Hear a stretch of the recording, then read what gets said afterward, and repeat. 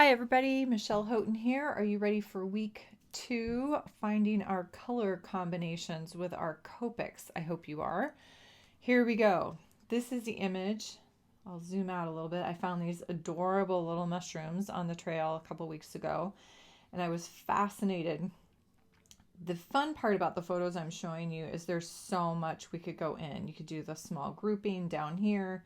I love these golden tones, so that's what we're going to look at today. But all of this bark and rock layer that's below it, these tones would just be yummy to play with as well. So some of these images we'll come back to, but today we're focusing in on these little mushroom caps and mushrooms back here.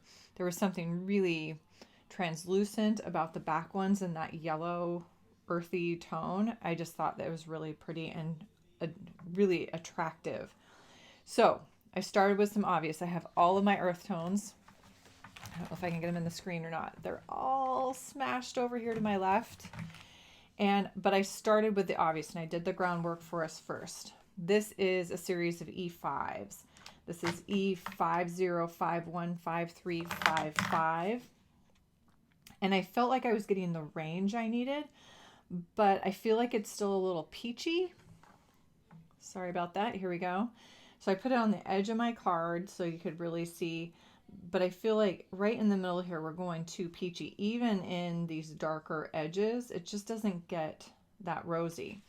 So then I went a different direction. I pulled out my E3s. I've got an E30, E31, and E33. I use the E31 specifically to get kind of an earthy khaki color. It kind of grays down. It's a funny mid color in that grouping. The E30 actually is pretty close to what I want at some of these lighter edges out here. The E31 grays it just a bit, and I'm liking that, but then the E33 goes kind of, I know this doesn't look peachy, but it's not the right tone. I'm stepping away from these colors. So the answer again, if I'm going for realistic tone for me, is to start looking at layering colors. So then I started playing with some different yellows and yellow reds coming in with those. So I think the combination I've got, and let me grab a multi-liner so we don't forget what we've done. These were my E5s. These are my E3s. So I think what's going to work, and I'll scoot so we can keep you going with what I've got. I started with, this is a YR30. If you don't own this marker, this is a super, super light yellow red, okay? Really, really pale. And in fact, let's do this over on the edge of the card again so you can really get a sense of that full range. So I based it in some of my yellow reds and some yellows. The next color is a YR31. Now, some of you probably have seen me use these two colors before. I use it for undertones in brunettes and redheads. These two are some of my favorite. So we've got a YR30 and a YR31 because it has that reddish undertone, but it does not get orange. And so I really like that aspect of it. What I found though is when I kept going with the YR, is then it started getting orange. So what you see over here is this is a darker YR. It was like a YR21, and it got into that kind of more of an orange tone. So I swapped and I pulled out a Y, that's important, Y23. And a lot of you probably have a Y21. It's one that we see a lot. And a Y26. Now the Y26 is leaning toward that Y28 that a lot of us own. That is that Lionette Gold. that's that kind of funky gold color that looks kind of greenish, but I thought, you know what? That might work. I don't want to go all the way to that Y28, but I bet that Y26 would give me those green undertones and really take that out of that pumpkin orange. Okay, so let's pull this card over. This is Y23 and Y26. Let's look at what this is so far over on here. So we've got some of those really rich tones, and it goes out into those lighter.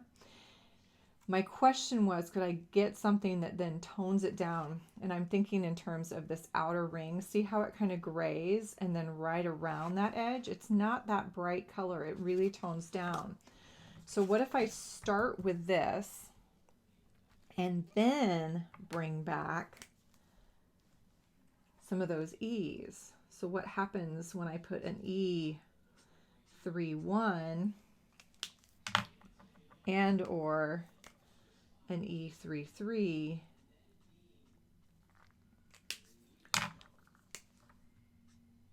on top of that?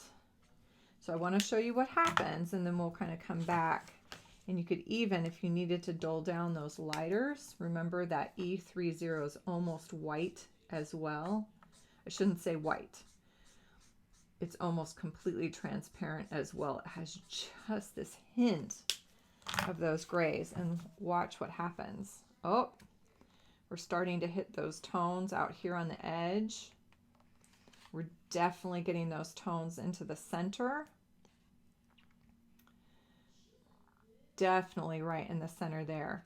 So what I can do is I can use, so then over the top we've got E30 kind of over this portion, and then we've got E31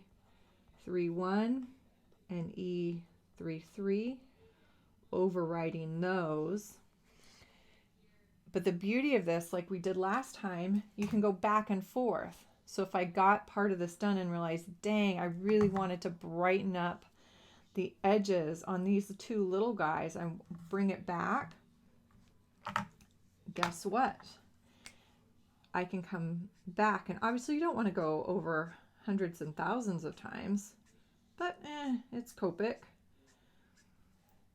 That is my Y23.